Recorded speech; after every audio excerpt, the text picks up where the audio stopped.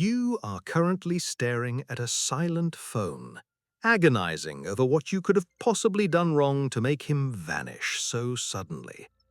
The mainstream dating matrix will kindly advise you to have patience, to be the endlessly understanding, nurturing woman who gently gives an avoidant man the space he supposedly needs to heal. But let me share a rather brutal, counterintuitive truth with you. Trying to fix his traumas or softly coaxing him to come back is merely spoon-feeding his inflated ego. The reality is, entirely ignoring him is the absolute only way to finally make him listen. Welcome to the Avoidant Trap. Today, I am going to reveal why the true sovereign woman never ever chases a man who runs. Instead, she mirrors his distance with a coldness so absolute, so uncompromising, that it quite literally short-circuits his brain and triggers his deepest, most desperate regret. By the end of this video, you will possess the precise psychological blueprint to turn his predictable disappearing act into his greatest, most agonizing mistake. Watch closely, because your era of waiting is officially over.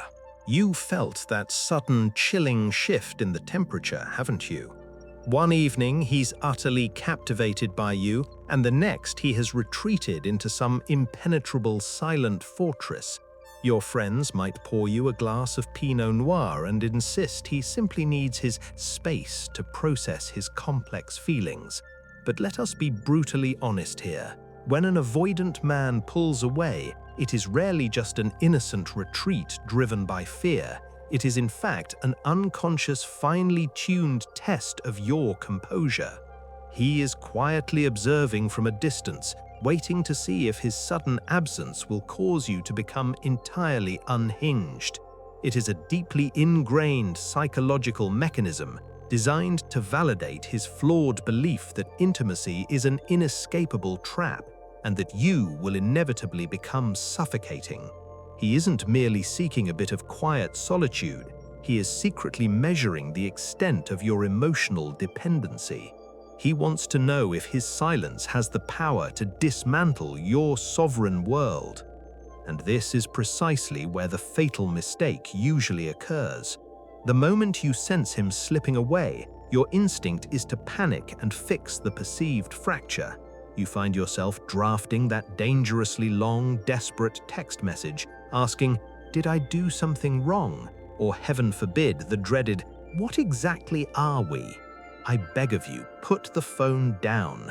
Asking these questions is akin to handing him the very keys to your emotional kingdom. It merely confirms his distorted suspicion that you are entirely reliant on his validation. Instead of agonizing over his last seen status whilst your weekend passes you by, you must recognize this maneuver for the ego play it truly is. When he withdraws, your ensuing anxiety becomes the very oxygen that keeps his illusion of control alive. By chasing him for clarity, you are unwittingly rewarding his emotionally stunted behavior. You are showing him that his absence is far more impactful than his presence, which is a thoroughly disastrous precedent to set for any man. So, what is the antidote to this maddening game of emotional hide and seek? If trying to heal him or demanding answers only inflates his ego and accelerates his retreat, the solution demands a rather ruthless shift in perspective. You must deploy a tactic so disarmingly counterintuitive that it completely short-circuits his predictable little matrix. Because when an avoidant man decides to take a tentative step back, your next move is never to reach out into the void. Enter what I like to call the phantom mirror. The most lethal tactic against an avoidant partner is mathematically simple, yet emotionally profound. If he takes one tentative step backwards, you gracefully take 3. You do not chase a man who is running, you simply let him run until he is utterly exhausted by his own shadows. This is not about playing petty games. It is an absolute, uncompromising reclamation of your sovereign power. You become a reflection of his own distance, but amplified by your sheer, unbothered elegance. In practical terms, this means you sever all initiative with surgical precision. Stop sending him those clever little memes you found on Instagram, and absolutely do not initiate that habitual good morning text. When he goes silent on a Thursday afternoon, you do not sit by your phone formulating a strategy or staring at his active status. Instead, you draw a luxurious bath, pour a generous glass of your favorite wine, and allow him the absolute privilege of your total absence. You become entirely unreachable, deeply engrossed in your own magnificent life. Eventually, of course, his curiosity will get the better of him, and he will toss out a casual, low-effort "How are you?" late on a Sunday evening. This is where your self-control must be absolute. You reply, certainly, but your response must be polite, brief, and completely stripped of any human warmth. Imagine you are a concierge at a highly exclusive London hotel, acknowledging a rather mundane request from a passing guest. Be perfectly cordial, but entirely devoid of emotion, emojis, or inviting questions. By doing this, you are effectively severing his emotional supply. The avoidant man secretly relies on your frustration, your double texting, and your anxiety to reassure himself that he is deeply desired and ultimately in control of the dynamic. When you remove that warm, comforting safety net of your relentless affection, he is left grasping at thin air.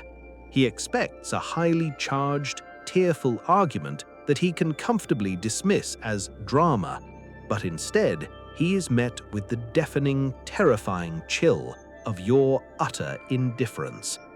In the immediate aftermath of your sudden emotional withdrawal, he will likely experience a fleeting sensation of triumph. He will tell himself that he has successfully dodged conflict and finally secured the precious, unbothered space he thought he so desperately needed. He will exhale, pour himself a drink, and revel in the newfound quiet. But what his ego fails to realize is that this initial quiet is merely the deceptive calm before the psychological storm. And as the days drag on without your warmth, that comfortable silence is going to inevitably mutate into something else entirely. As predicted, his immediate reaction to your newfound icy distance is a profound, almost smug sense of relief.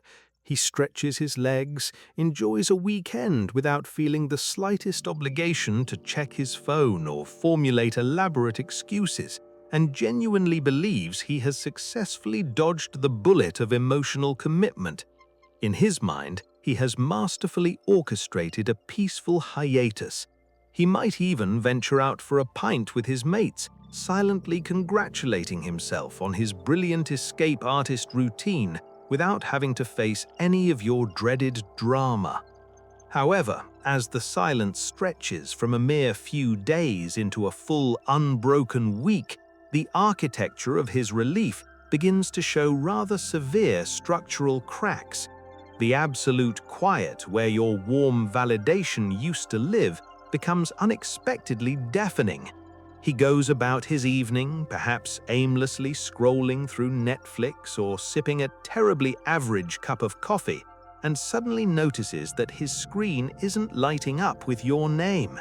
The utter lack of your gentle, persistent presence, which he previously deemed so suffocating, now feels akin to standing completely naked in a bitterly cold, empty room. This is precisely where the exquisite torture of cognitive dissonance truly sets in. His entire ego was built upon the fundamental, albeit arrogant assumption that you would be waiting in the wings, hopelessly pining for his eventual return. Realizing that you genuinely do not need his presence to curate a fabulous, fulfilling life shatters that fragile illusion into 1,000 pieces. When he discovers, perhaps through the grapevine or a devastatingly elegant social media post, that you are out enjoying a dazzling dinner instead of waiting for his breadcrumbs, his brain quite literally short-circuits. The smug relief rapidly morphs into pure, unadulterated panic. He begins to question whether his clever little disappearing act was in fact a catastrophic miscalculation. The very space he so desperately craved has mutated into a psychological prison of his own making. He is suddenly faced with the terrifying prospect that whilst he was busy playing the elusive lone wolf, you simply locked the door behind him and threw away the key. His perceived power in the dynamic evaporates entirely, leaving him with nothing but the chilling echo of your absence. Driven by the sheer agony of being entirely forgotten, the man who supposedly needed endless amounts of time and space to figure things out will suddenly find his schedule remarkably clear, prompting him to orchestrate a seemingly casual reappearance in your life. But when that familiar name inevitably flashes across your screen, attempting to breach the fortress you have built, you must remember the cardinal rule of your newfound sovereignty. Leaving the door wide open for his return is a dangerous game. When his fragile ego finally cracks under the weight of your magnificent silence, his inevitable return will not arrive with a dramatic, cinematic apology. No, it usually manifests as a thoroughly underwhelming, casual text message on a Tuesday evening, perhaps a lazy "thinking of you" or a question about a restaurant you once visited. This is the precise moment where your rule of steel must be ruthlessly applied. You absolutely must not make his re-entry easy. Do not drop everything to reply within 30 seconds, and for heaven's sake, do not offer him a warm, enthusiastic welcome that signals you have simply been waiting by the door. If he wishes to step back into your realm, he must be prepared to pay a substantial emotional and practical tax for the privilege. If he suggests a last-minute low-effort drink on a rainy Thursday night, your response should be a polite but firm refusal, indicating that your schedule is entirely full for the foreseeable future. If he truly desires your presence, he must learn to book your time with the same level of advanced planning and reverence one might reserve for a front-row ticket at a sold-out West End show. You are no longer available for his spontaneous whims or late-night convenience. You must demand tangible, consistent, and practical effort before he is ever granted a fraction of your former warmth. Let him navigate the distinct friction of having to genuinely win your attention back, rather than allowing him to coast on his previous unearned privileges. This is not about being petty or vindictive. It is simply a matter of premium market pricing. If the cost of re-entering your life is cheap, he will inevitably treat your relationship like a bargain basement find, fully prepared to discard it the next time his avoidant instincts trigger another flight response. During this period of probation, you must observe his actual behavior with the detached coldness of a seasoned chess grandmaster, completely ignoring his silver-tongued words. Avoidant men are often remarkably adept at delivering beautiful, poetic soliloquies about how much they missed you, simply because talk is entirely free. Do not buy into the romantic narrative. Instead, watch whether he shows up consistently, respects your boundaries, and actively invests his resources into making you feel valued over several weeks. If he cannot sustain the effort, he has merely returned to soothe his bruised ego, not to love you. By enforcing this heavy toll, you fundamentally reprogram his psychological understanding of your worth and teach him that your presence is a luxury, not a given. He will come to realize that playing the disappearing act is a thoroughly expensive mistake, one that costs him dearly in effort, pride, and peace of mind. he will think twice before ever daring to pull away again, knowing the sheer mountain he must climb just to glimpse your smile. However, ensuring he respects your boundaries upon his return is only the final act of the play. The true mastery lies in how we open the entire narrative. Now, before you go and pour yourself that well-deserved glass of wine, I have a rather entertaining question for you. I want you to head down to the comments section and tell me what is the absolute most ridiculous, utterly absurd excuse an avoidant man has ever offered when trying to casually crawl back into your life. Was it the classic, "I lost my phone in the back of a cab," or perhaps the endlessly tiresome, "Work has just been incredibly mental lately"? Do share your finest stories below. I assure you, we could all use a rather wicked laugh at their expense. If you are entirely finished playing by their exhausting rules and are ready to hold the absolute power in your dynamic, it is time to make it official. Subscribe to Destiny's Decree and tap that notification bell. Here, we do not settle for basic, sugar-coated advice. We master the deep, elegant psychology of high-value relationships. Until next time, stay perfectly sovereign and let him pay the price of his absence.